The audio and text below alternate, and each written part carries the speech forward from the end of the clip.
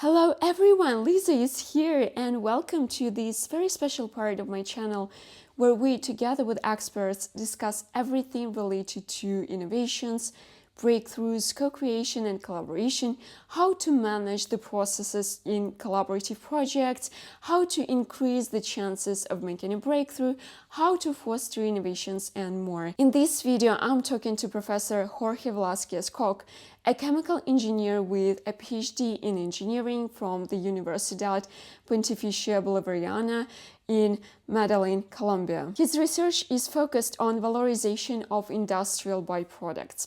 Currently, he is developing innovative approaches to utilize cocoa husk, corn stalk and husk, and shrimp shells. He is working on extracting nanocellulose and other biomolecules for applications in agricultural, food, and biomedical fields. At the same time, he is developing strategies for knowledge transfer and community engagement in agricultural and indigenous contexts. And also, Jorge is one of the reasons why I do what I do with my project, with this channel.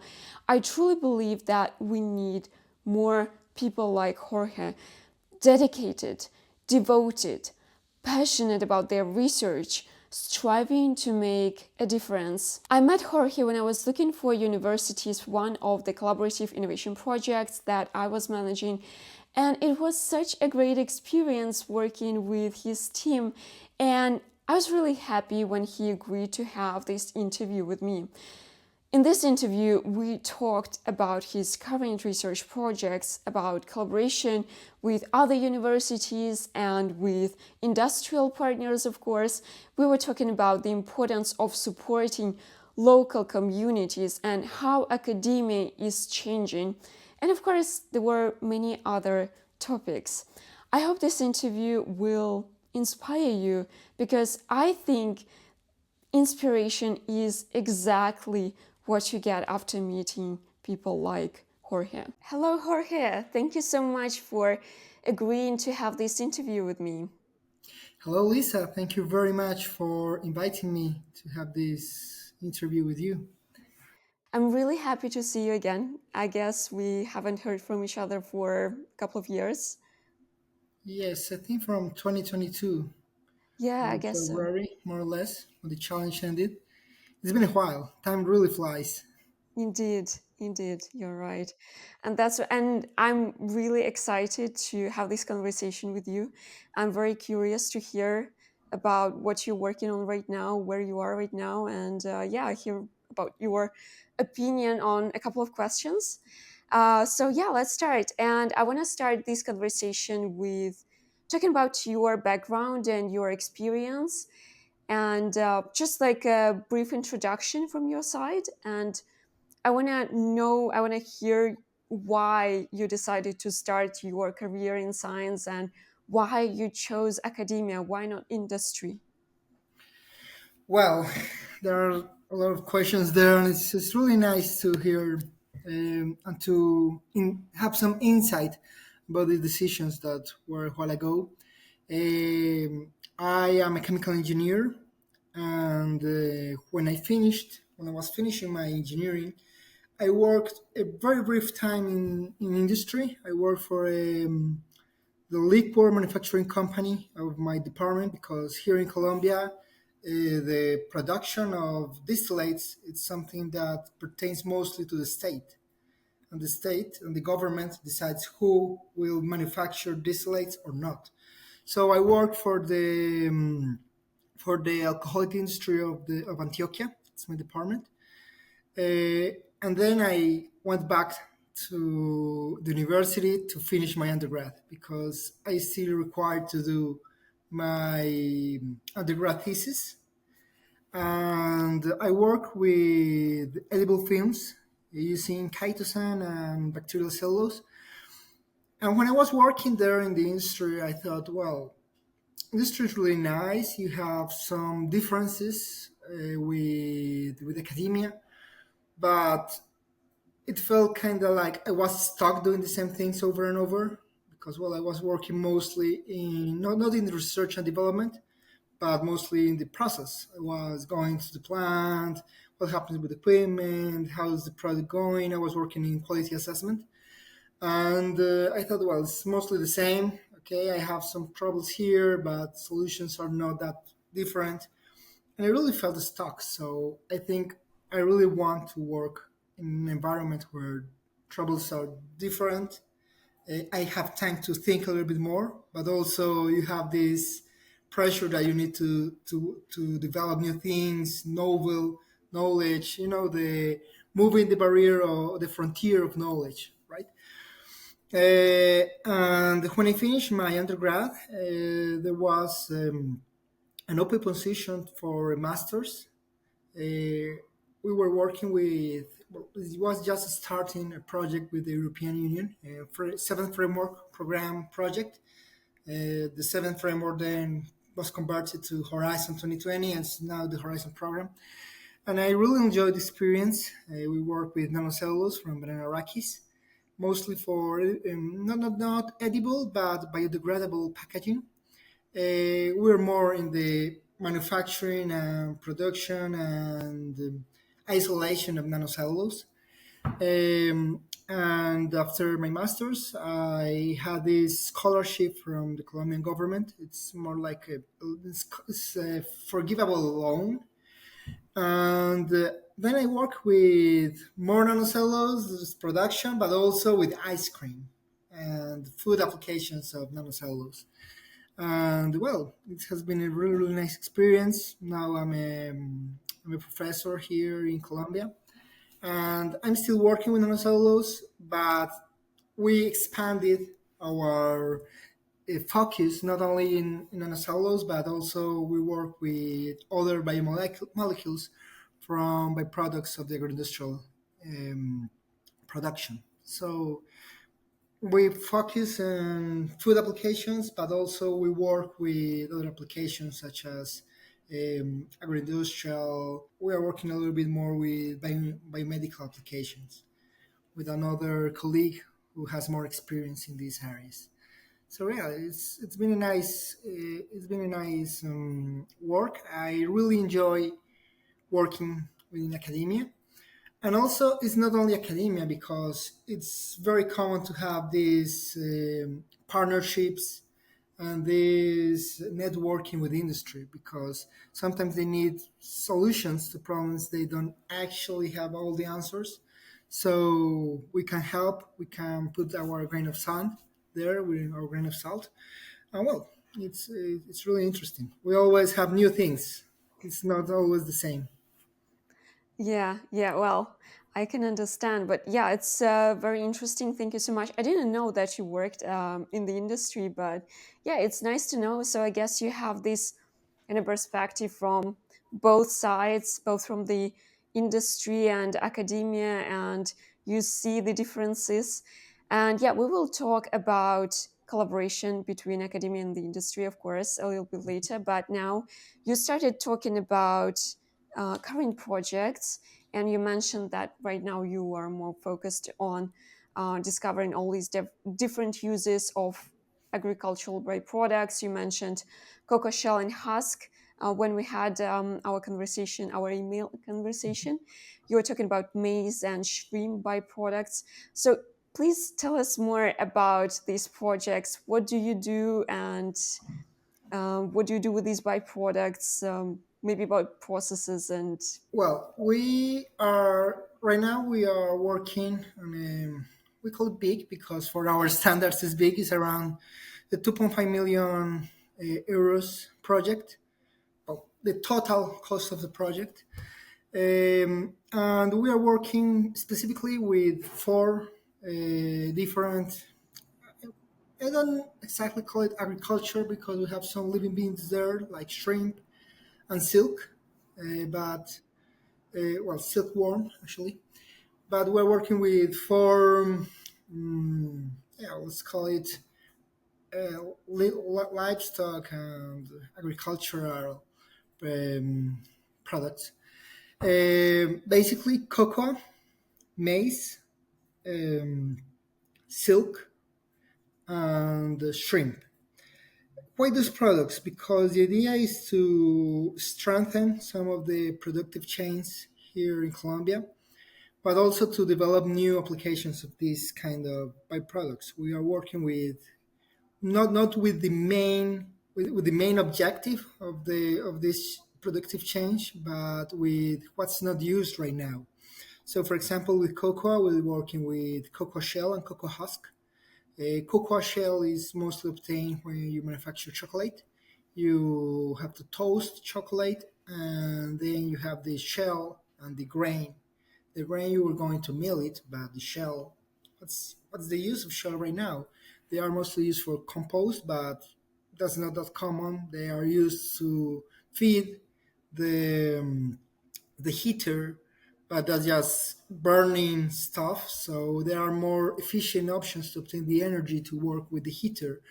But the shell has different biomolecules. It has pectins, it has cellulose, it has some polyphenols. We are working on that. We are more hopeful of the amount of polyphenols in other parts of cocoa production, but they are not used. They are just burned away or just degraded to obtain some organic fertilization alternatives. So you have a lot of cocoa shell there. And also, this is a little bit more challenging, but the use of the husk, because the husk remains in the field. So how to use it, other options of its usage, also taking into account some logistics, because yeah, the farm might be close to a big town, to a big city, but it's not always the case. We have seen cocoa plantations that are like in the middle of nowhere, so the logistic is not that easy. But we are evaluating new applications, new options that actually might make it worth the new logistic changes that could be accommodated, or how the product the farmer could take some help with that. We're working with maize, particularly we're working with maize from a particular part of Colombia that's in the highlands of Putumayo. We're working in the township of Sibundoy, but also some parts of Santiago. There are in Putumayo. Just for some context, Putumayo is in the southern part of Colombia, close to Ecuador, but it's also a department that it has a very complex social and economic situation. So it makes the population there very vulnerable. Why we are working with them? Because the maize has very important cultural significance. Of course, we eat maize in a lot of forms. We have this like kind of like tortilla-like. We call them arepa. But we also have maize. Like we could easily take a maize, a corn, and take only the grains with some sausage and some cheese. Well, it's even bigger there because of the Native American heritage. They have a very wide array of preparations, but also a lot of this heritage is being lost because new agricultural practices. Basically, the production of bean. They are very big producers of bean, but they only the big producers of bean, these money cultivations, they just put the maize so it can grow stock, and then they basically sell the corn even at loss. And then they just put the bean, and they have to use a lot of pesticides and that kind of stuff because of the weather. And the important part there is the bean, but the maize is being lost. So we're working with them to fold. We're working part of social appropriation of science. So we are working with school, for example, trying to use this maize and its traditional sense to promote a scientific vocation in this population. Actually, we are very happy working with them. They have amazing people. There are people there who are doing their PhD. Some of the teachers there are doing their PhD. Others are masters. And they are really proud of their heritage and really, really want to work for the people. because it's, as I tell, it's a very complex situation, but they are very hardworking people. And also, we are working with science because of some of these varieties are kind of new. We're evaluating the amount of other biomolecules that are not that common. Not only cellulose, not only starch. We're working with other biomolecules that might be present there. And we are working with these biomolecules to develop new food applications. So it's also nice. And finally, we are working with silk. We have a silk producing community association, actually, in a part of Colombia that's called Cauca. I don't know if some of the audience have heard about it in the news because it's been quite in the news mostly recently because of the very complex situation there. But these people are having different, how do you call it? They are looking for different forms to obtain like an economic entrance, an economic, to make a living, right? Mhm. So the idea of the project is to help them to create new applications for their byproducts, but also we are working with a colleague that has been working with this association for a long time, so they might go a little bit further, and it's really nice working with them. And finally, the shrimp. We actually don't have a community with shrimp, but we obtain mostly chitosan and some proteins from shrimp to for food applications and biomedical applications as well. Mostly, we're working with tissue engineering and to provide media, 3D media to different biomedical applications. So it's really interesting in that part. Yeah.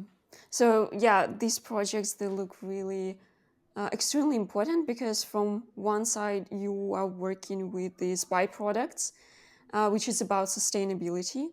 So you're trying to find ways how to use it for different applications, but also you really help the communities. The point that is also great, I think, is that you work with your heritage, as you said. I think it's really nice.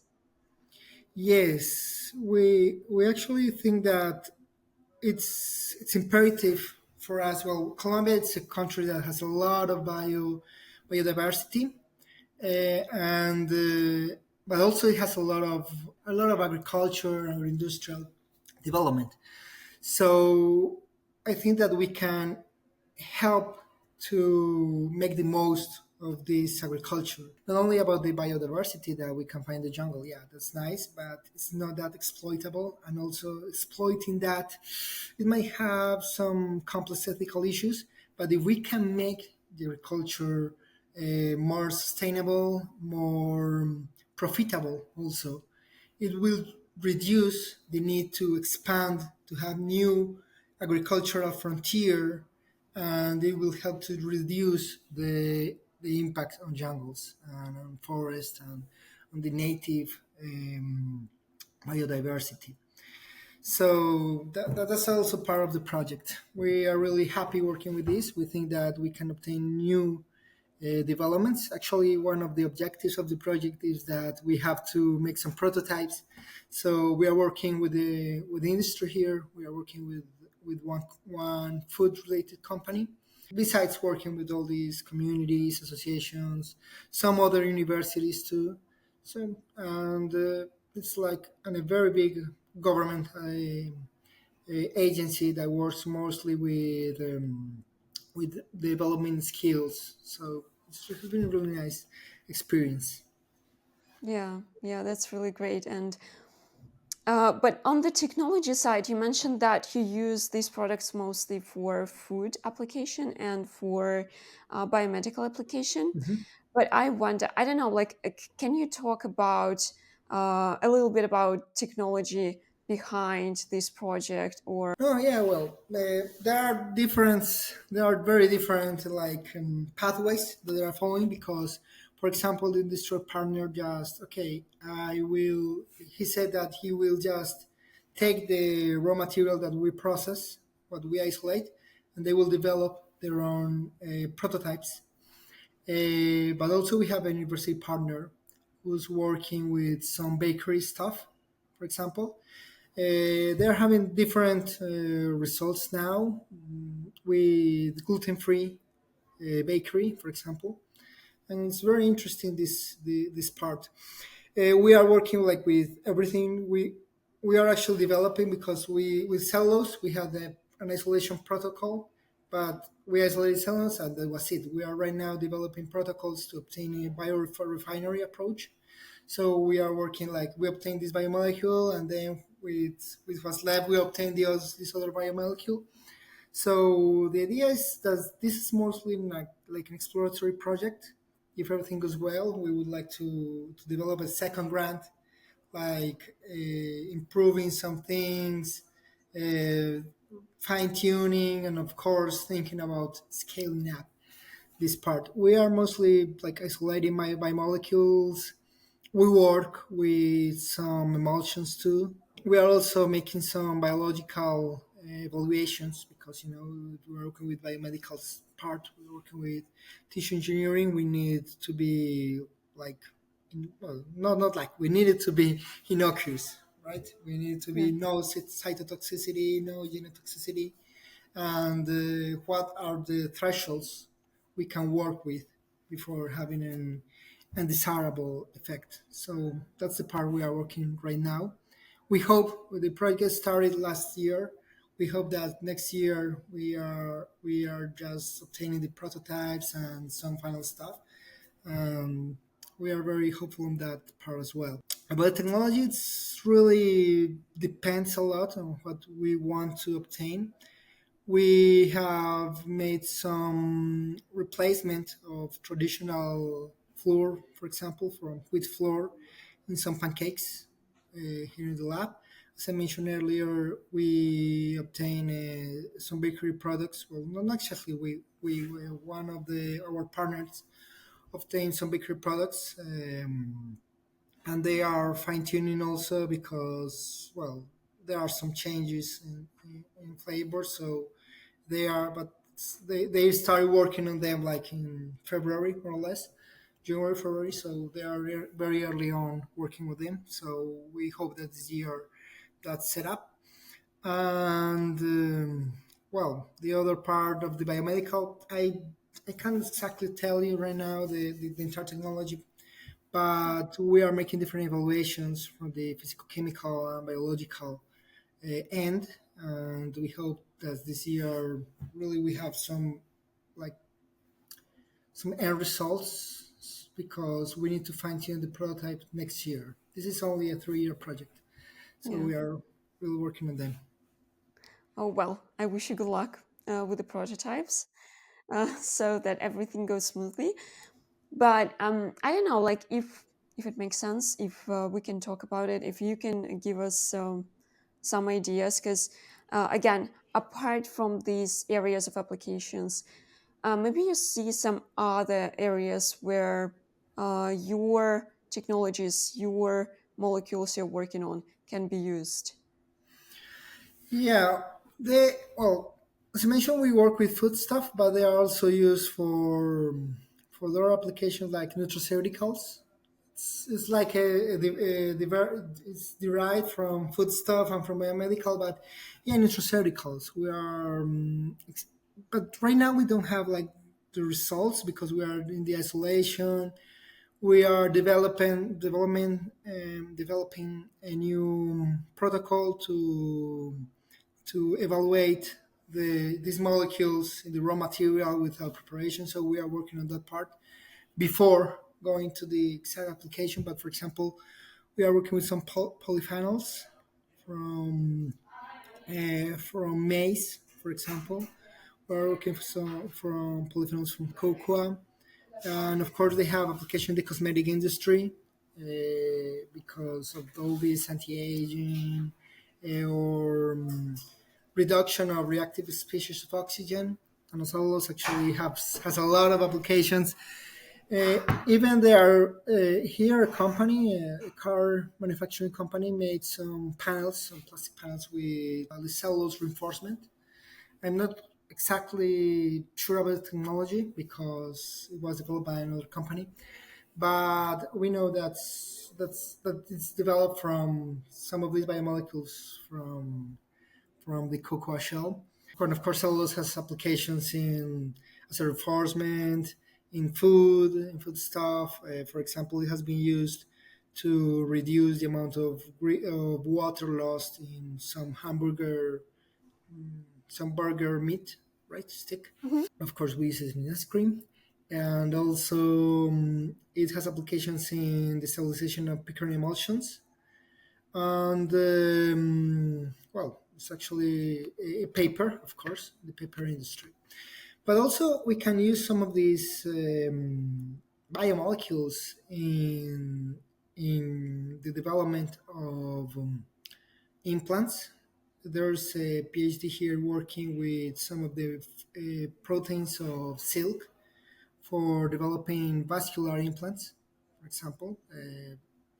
Like that's of course a high-end application because of the cost, but it's very interesting trying to emulate the blood vessels and reducing the impact of some of the traditionally used implants. Of course, we want to evaluate different alternatives of encapsulation of some of these biomolecules, especially when we talk about polyphenols. We want to evaluate different options to encapsulate them.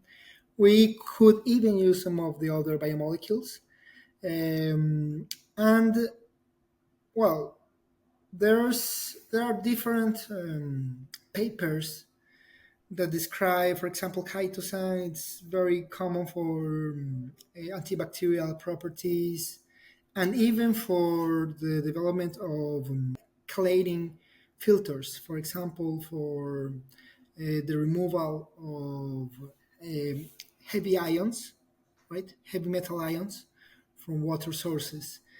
We also, well, this is like another project. We didn't got the grant, but we will also evaluating some of these byproducts for water treatment, but more like an activated charcoal approach, right? And different carbonation materials. But that was with another colleague because that's not exactly my area of expertise, but I know that they can be used as well. And also, they can be used in the textile industry, of course, basically nanocellulose, but also some of these silk proteins. They could be, for example, for because we have different qualities of silk, right? We have a silk that can be easily made into a thread, but we also have silk that can't be worked with. So two worms are close together. When they form the cocoon, the cocoon is impossible to make a thread because they are very close. They are fused together. So, for example, this kind of proteins they could be dissolved and they could be made into new clothing apparels.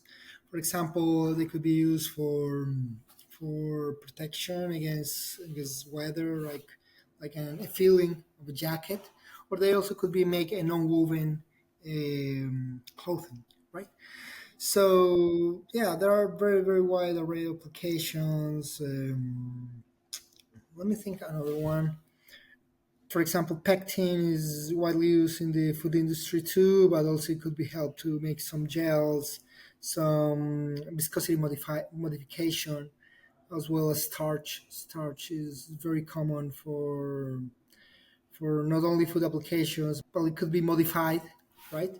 And it just can be made for different applications in the emulsion industry, not exactly emulsion industry, in the emulsion applications, for example, as a stabilizer, or also it could be modified to change the viscosity of the rheology of an oil, that kind of stuff.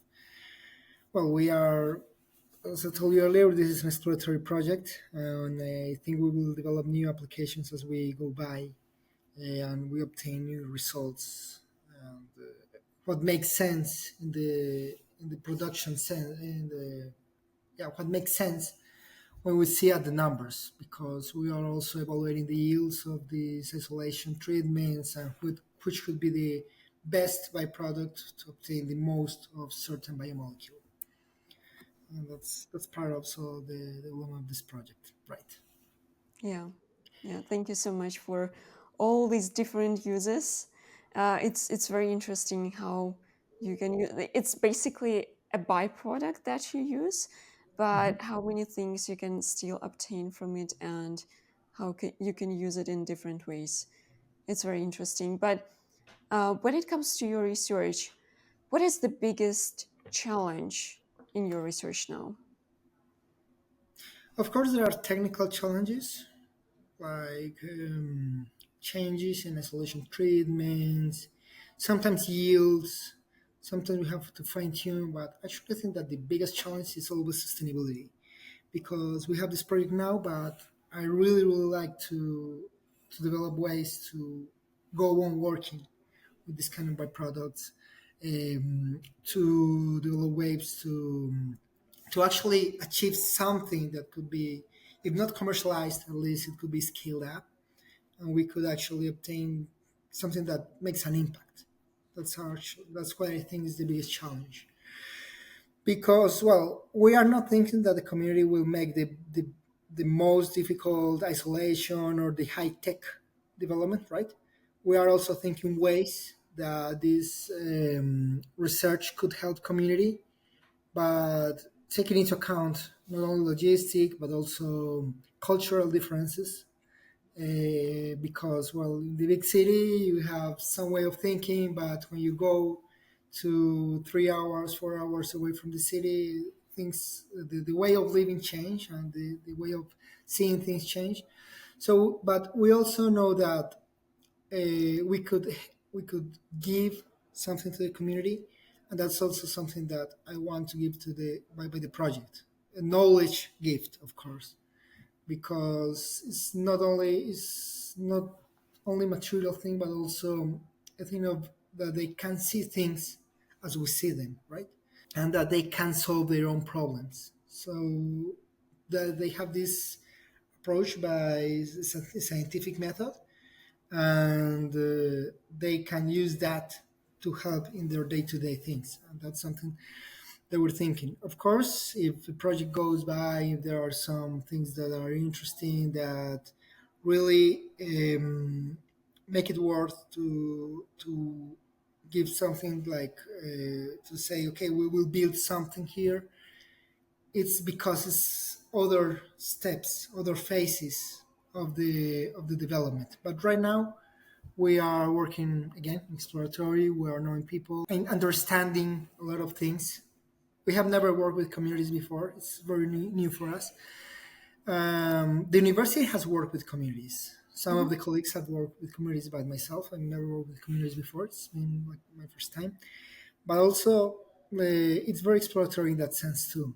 So I think that the biggest challenge is the sustainability of research, that we can continue working, developing new things, expanding, right? Mhm. We will develop a prototype, right? But we can develop so much things after that. We can obtain so much things and also need to make new evaluations, perhaps. For future steps, we'll think about biological evaluation of food stuff, and if things go well, perhaps a consumer perception, something like that. But it's other steps. So that sustainability, that being able to continue this line of research, I think that's the biggest challenge here. Well, I hope that you're going to solve it because it's really, it looks like a very important project. And the thing that it makes you so passionate about it, I think it's really important to keep it. And yeah, it's just amazing to see how people are passionate about something. And I just really hope that, yeah, this project is going to continue Thank you very, for the good of everyone. thank you very much. Thank you very much. We are very happy with the project. We are very passionate because, as I said, this is kind of new, but also, as I told you when we were working in the last project, uh, I like to see research not only in the lab. Of course, I love basic science. I'm not that good basic scientist myself, but I love basic science. I'm more like an applied science guy, right? But when science actually makes an impact, that's what gave us most happiness, right? That's what really makes us like, okay, I'm actually doing something that I can see, and I am helping not only like the advancement of science, or I help my career, but also I am trying to help my environment, what's around me, and I have help in this, and that kind of stuff. Of course, this is a human society, and I know that everything we do, it needs to be in a very economic and technical perspective, right? And I totally agree with that. But if we can help to make things better, more efficient, I think that that's a very big point, making things more efficient, because this sustainability matter is not only about the environment, of course it is, but also about efficiency, like taking the most of what we do and using the less that we can. So more people could be here. So industries are can grow more, but also in a very reason based way, right? Not only profit based, but also reasonable based, right? Yeah, yeah, I agree, and it definitely gives the biggest satisfaction. But you mentioned that you're working with the communities, you're working with industrial and academic partners, and my channel is connected to collaboration. I talk about collaboration a lot. Um, so I wanted to ask you, working with other universities versus working with an industrial partner, what would you prefer and why? What is easier? Well, as far as I have seen, of course, the other sometimes industries can be a little bit apprehensive about intellectual property, about the information that we can share with the world, like what we can publish, right? But I think that's more that, of course, there's some difference in culture because the industry likes to have results fast, right? Because, of course, there's this market pressure. But more than that, I think it's the person that we work with, because a really good partner is not that easy to get, but the partner that you say, do that, and he does that. That's clear with the things. For me, it's more important, right? It's what works most, because you need to have someone who's dependable, who you can depend on. Of course, in the industry, it's very, very, very important to read very well to this contract to identify what you can publish or you can't publish. And in case you cannot publish anything, you need to tell, okay, so what do I gain? Okay, we have a PhD, what he can do, what he's going to show to for people to see that he actually did something, right? Because only because you say sometimes it's better to have some papers. So how are we going to negotiate that, right? So I think that's more about being clear, very clear on things, and having everything signed up in that contract. With university, it's more, at least in my experience, it's not that formal. Right now, they are starting to work more towards that intellectual property protection, what's the money or the in-kind investment they are giving in this or that project, and according to that, what's the what's their share in the, if there's a patent, if there's a development. But it's not that patent or innovation driven, right? It's more driven towards the paper. How are we going to work with this, with that? How are we going to publish? So, in resuming a little bit, I think that both are can be very good partners. But what's really important is who you work with, right? Yeah. That the person that you work with is dependable, and you can really trust that person with your research. Because, yeah, sometimes you can sign a lot of things, but it doesn't always protect how the information is being shared. So it's really important that you have someone that you can trust. Yeah, yeah, indeed. So it's really down to personal connections and the person. Okay, thank you. Also, I have a feeling that more and more Western organizations, Western companies, and you mentioned this Horizon 2020 project, open Latin American institutes for collaboration. Like, am I right, or was it always this way? And do you think there are any specific fields where Latin American researchers are very strong, and that's why these organizations are coming to collaborate with institutes from your country and from your region? Well, in Latin America, there are like four countries which are the titans of scientific development here in Latin America: Mexico, Brazil, Argentina, and Chile, mostly. But they have a lot of investment that way because big companies are stationed there. You have, for example, um, you have development and production facilities of very big multinational companies in Brazil. For example, in Sao Paulo, there are a very large number of companies. Basically, Sao Paulo is like the very big state in that sense. Also, you have in Mexico universities like the Universidad Autónoma. It's a very big titan in the scientific development in Latin America. But I I have seen and actually made some research on this part before the interview. Uh, Other countries are trying their best to improve their scientific output. The problem with science in Latin America is that we are not a research and development kind of economy. Mostly companies come here to make some extraction. For example, I'm from Antioquia. This is a very rich in gold department. We have different gold mines. When I was in Putumayo, they were discussing that some companies wanted to make some copper mines in the valley, and people were actually opposed to that. But there are other important mines here, for example, in Córdoba, in the north, right, the north. So it's in Peru. It's even a more stark situation because actually Peru names itself a mining country because it has a lot of gold and some really important mining development.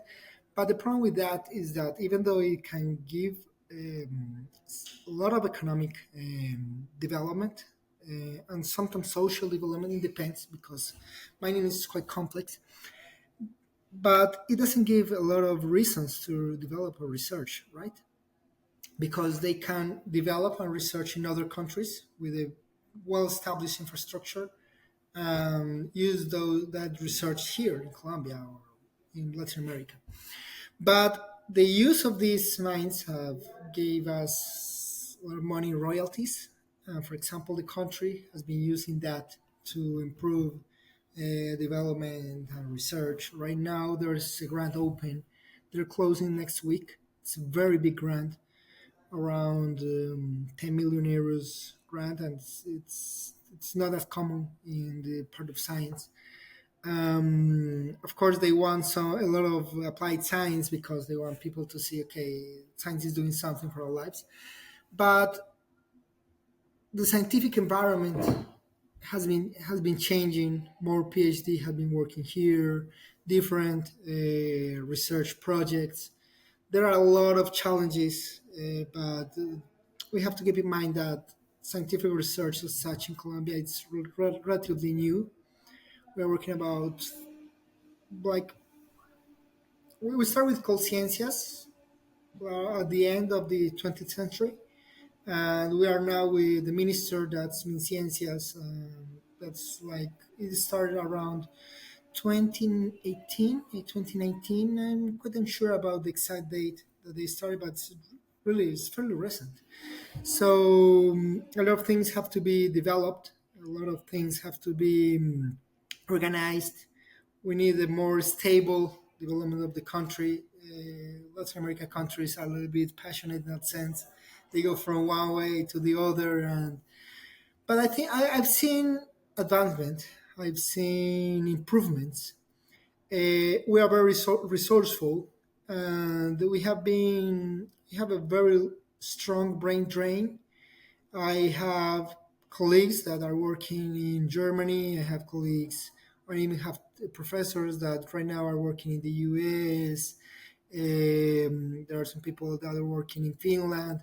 So Colombians with some high level education have been going everywhere. So it's more like a subject that the research environment is stabilizing here. It's helping to keep people here. Also, salaries are low compared to Europe, right? 40,000 euros salary is quite good here, for example. It's not something that most people would be. We are talking about minimum wage. Minimum wage here is around 350 dollars per month. So it's quite low compared to to other developed countries, and they could have a skilled labor at the lower cost. And also, like as I told you earlier, the situation is stabilizing. Security is not as bad as it used to be. It's also improving. We talk about 4 years ago, Colombia was like one of the most violent countries on earth. It was a really crazy time. We actually lost some companies to that. BASF used to have a plant here in Medellin, and because of the violence, they closed that. So right now things are improving. They are stabilizing. I think that that kind of stuff brings people in. Also, as I told earlier, we have a very large biodiversity. Mhm. So some companies, for example, pharmaceutics, cosmetic industry, they are interested in a lot of products. We have, for example, copoasu. It's a kind of it's cousin of the cocoa tree, and but it's white, and you also have different polyphenols, different biomolecules that are interesting here. We have also, well, a lot of plants in the Amazon basin, and what they call some superfruits. We have acai is from Brazil, but we have some production here as well as araçá, borojo. It's used as a natural energetic fruit. So yeah, I think that there are different alternatives and things that make this part of the region appealing. And with our improved security, of course, I think that the things will improve in time, and more companies, according to the changes in the geopolitics and the market, can make different investments here. Mhm. Yeah, well, I hope that it's going to develop further, and your region will be very rich, and a lot of new companies will come, and more companies will understand that it's great to work with researchers like you, because I enjoyed doing a project with your team. So Thank you very much. I enjoyed working with you too. It yeah, was really thank you. a good experience, and well, it was a different pace because there were meetings like every 2 weeks, but that was amazing. I really enjoyed that. Yeah, thank you so much, Jorge. But you were talking about PhD students, and you said that there are more and more PhD students staying. And I would like to ask you a question that might be helpful for some PhD students, because I know that many of them face a tough choice. They are thinking whether they should pursue a career in academia or they should go to the industry. Uh, do you have any advice for them? Yes, that's also a tough question, in the sense that it's a very personal choice. Academia is not easy. Industry is not easy either. So it really depends on personal vocation, right? Because I know the difficulty of entering academia. Uh, I'm a professor right now because, like, let's say that the timing was right, and also it worked really hard to obtain this professorship. But I also know the barriers to entering academia in other countries.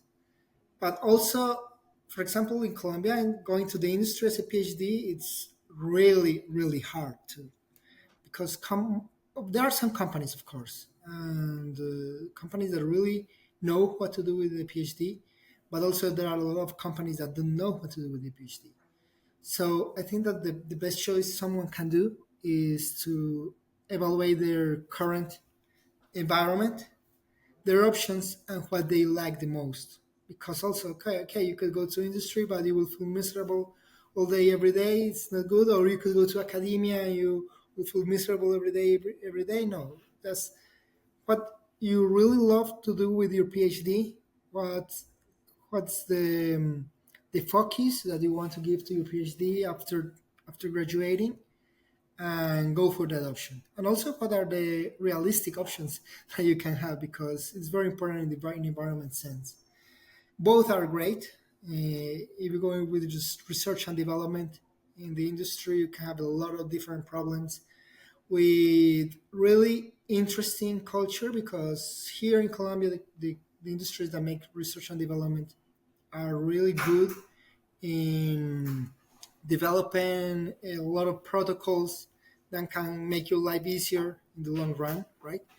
You can make, they have, for example, some internal libraries of different products, what works, what doesn't work. And it's very interesting in that sense. But it's something that, for example, in the university is not that common. We don't have like an internal library of what works, doesn't work. We have research, we have papers, we have a literature, but that kind of stuff not. But also we know that the pressure in industry is a little bit higher, so it's something to keep in mind. So it's a matter also of personal choice. I've seen people very happy in industry. I've seen people very happy in academia. So Thank you so much, Jorge. I hope that it will be helpful for someone who is about to graduate. The next question that I have is connected to academia. Um, Recently, do you feel like academia is changing? And if yes, in what way? academia is changing in a lot of different ways. We have right now a big challenge that's the reduction in the number of students, for example. So at least in this country, academia was very focused on classes, mostly undergrad classes, right? But right now they are trying to go more into the industrial side of things. So working more with the development of spin-offs, academia industry partnership, the selling of research services to different companies, for example. So you pay me this money and I make this prototype for you. It's something that's more mature in countries like Canada, like the US, of course. The different countries in the European Union have more experience in this, but that's newer here in Colombia. And also, academia is, I think, that in a lot of senses, it's coming itself with its role in society and the role it has in the development of the country and in this financial sustainability of itself as well, because of all these challenges that are coming. For once, there's the issue that people are getting older.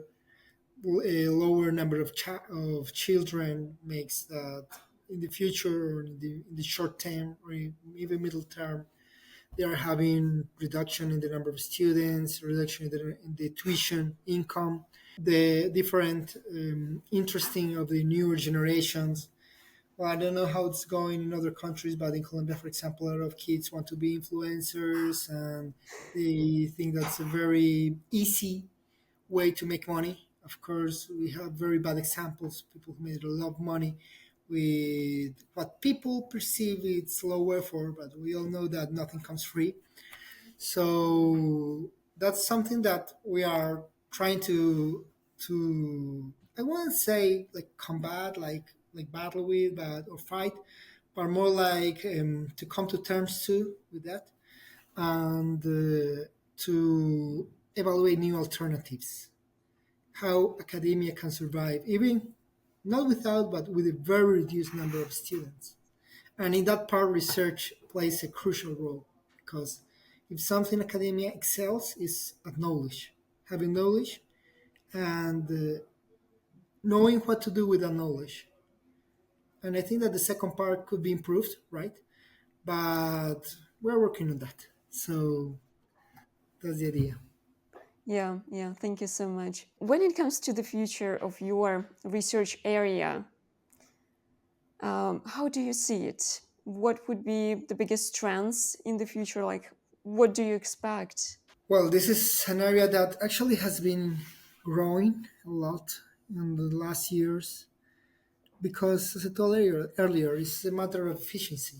Well, bioeconomy is what we can do, that we can do the most with what we have right now, and that we can preserve the most also for the benefit of mankind. So I think that there are big trends here. Basically, biomedical sciences is a very big trend because we can sell the products at a very high markup. So research and development can put more money in obtaining new things in developing, right? But also, I see other trends that are important. For example, in the area of cosmetics,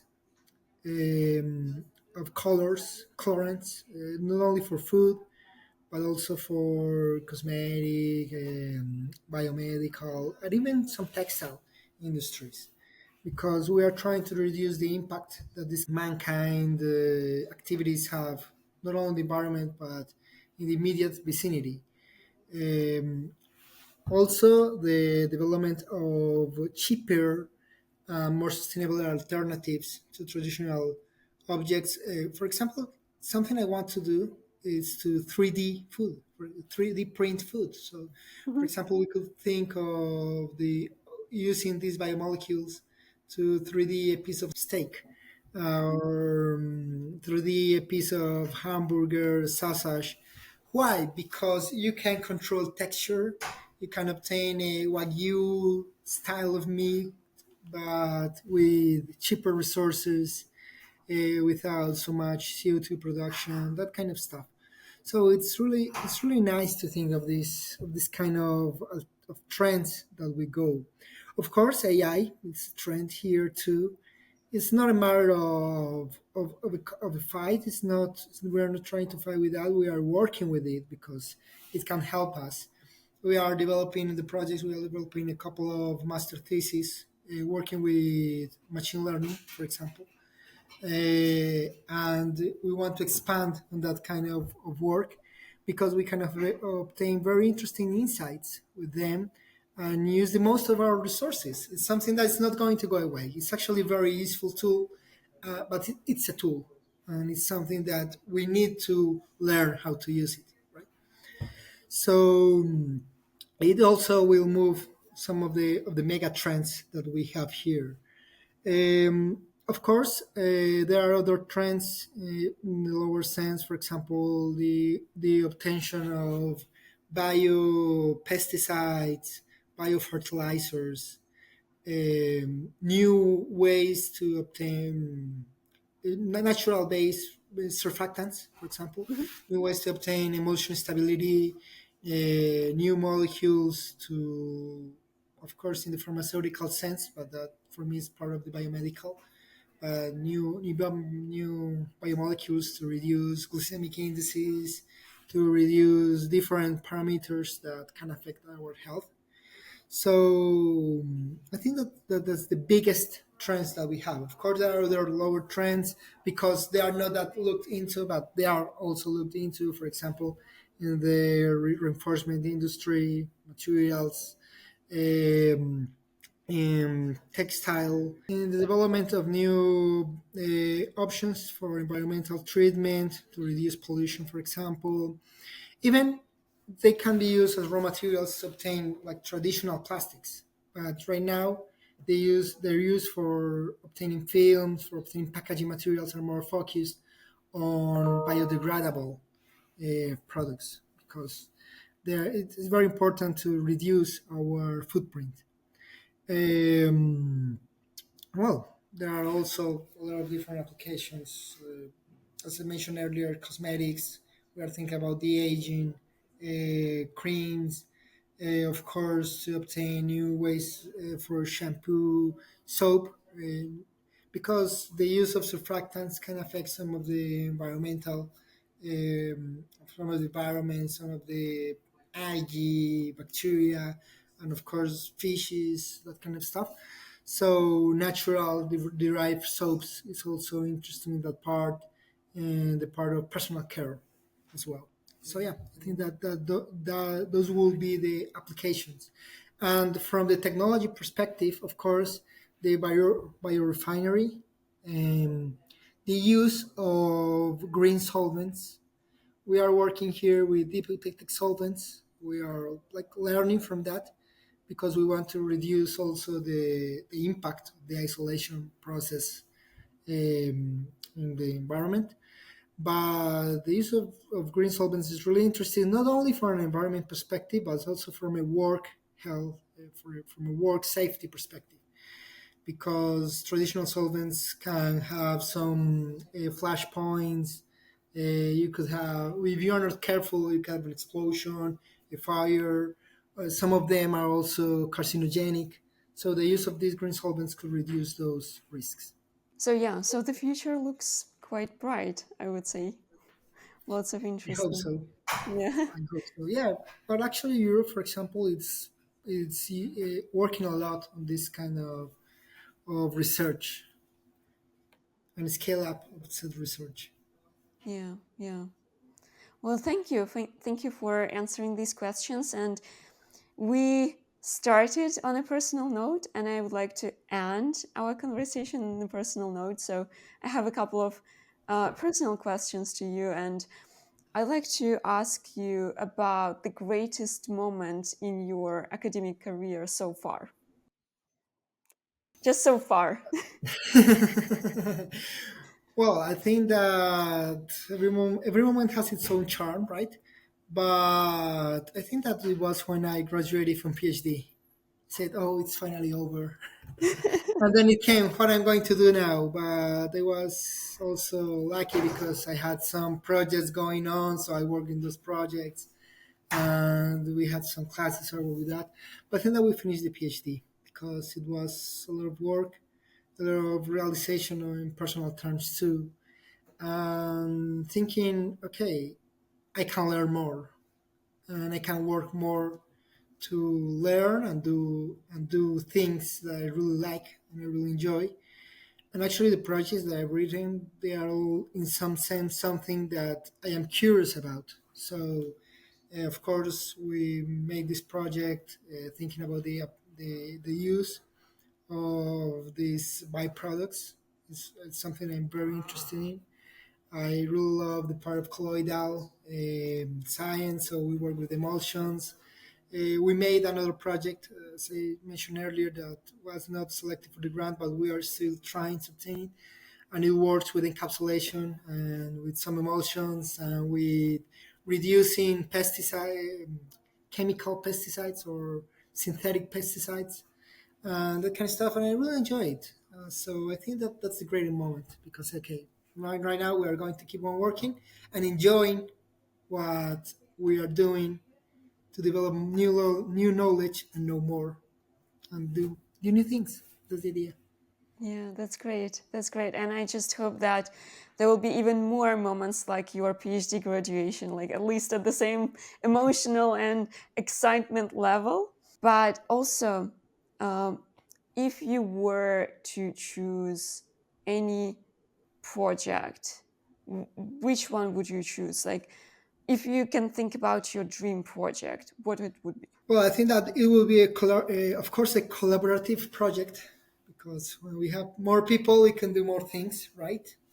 Mhm. More people also has its issues because communication and kind of stuff. But a collaborative project, I think that I would keep on working with bioeconomy, maybe more time, so we can actually go to scale up and to obtain different applications of what we are doing. So I think that that would be a long project. Of course, we will need to stress less on continuing the project, but also a project that works with byproducts particularly I'm interested with cocoa, banana, not only because I have some experience, but also because they are relevant to my department and to my country. Um, I would work with corn or maize, different types of maize. We actually knew a lot of new types of maize that I wasn't aware of when we were in Putumayo, and was amazing. And a project that really aims to obtain some pre-commercial level stuff with enough time, of course, to obtain that. So I think that will be my dream project, and it will be really interesting. Yeah, well, I hope that you will get it. And when it comes to your plans for the future, continuing working with the project, anything else that you would like to discover in the future? I think that our plans are to continue making some sustainability, but also we are developing like offshoots. We would really like to get new things about this green solvent stuff. Something that we could also scale up to obtain something new, and something that could be used with different byproducts, because we would like to expand to different industries. And let's see with the with the community work. It's, as I told you earlier, it's new. It's been interesting. We learn new things. I think that's been beneficial for the research as well. And basically, that's what we are working on. Obtaining new byproducts, working with new byproducts, improving the part of the green solvent, and improving some encapsulations of biopesticides. That's also something we want to work with. So I think that's the way forward. And for now, we really need to focus on this project because the project ends like 2026. So we need to keep on working on it and have a very, very good results. Well, the maybe not the results we want, but the quality of the results must be very good. And keeping our promise, because we promise that we will make something in this project, and we will do that, exactly that. So I think that's the way forward right now.